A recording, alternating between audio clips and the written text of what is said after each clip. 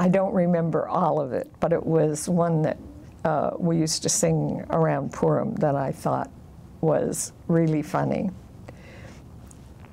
And I don't have a singing voice. Yakhne-Dvoszhe fort in Stadt, sie halt sich in ein Paten, sie darf auf Purim kaufen Mehl, Homentaschen backen, hopp mein Homentaschen, hopp meine Weiße, hopp mit meine Homentaschen, hat passiert am Mainze.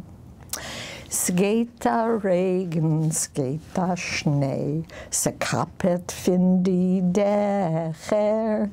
Yakhne truckt schon Kornmehl in a Sack mit Lecher.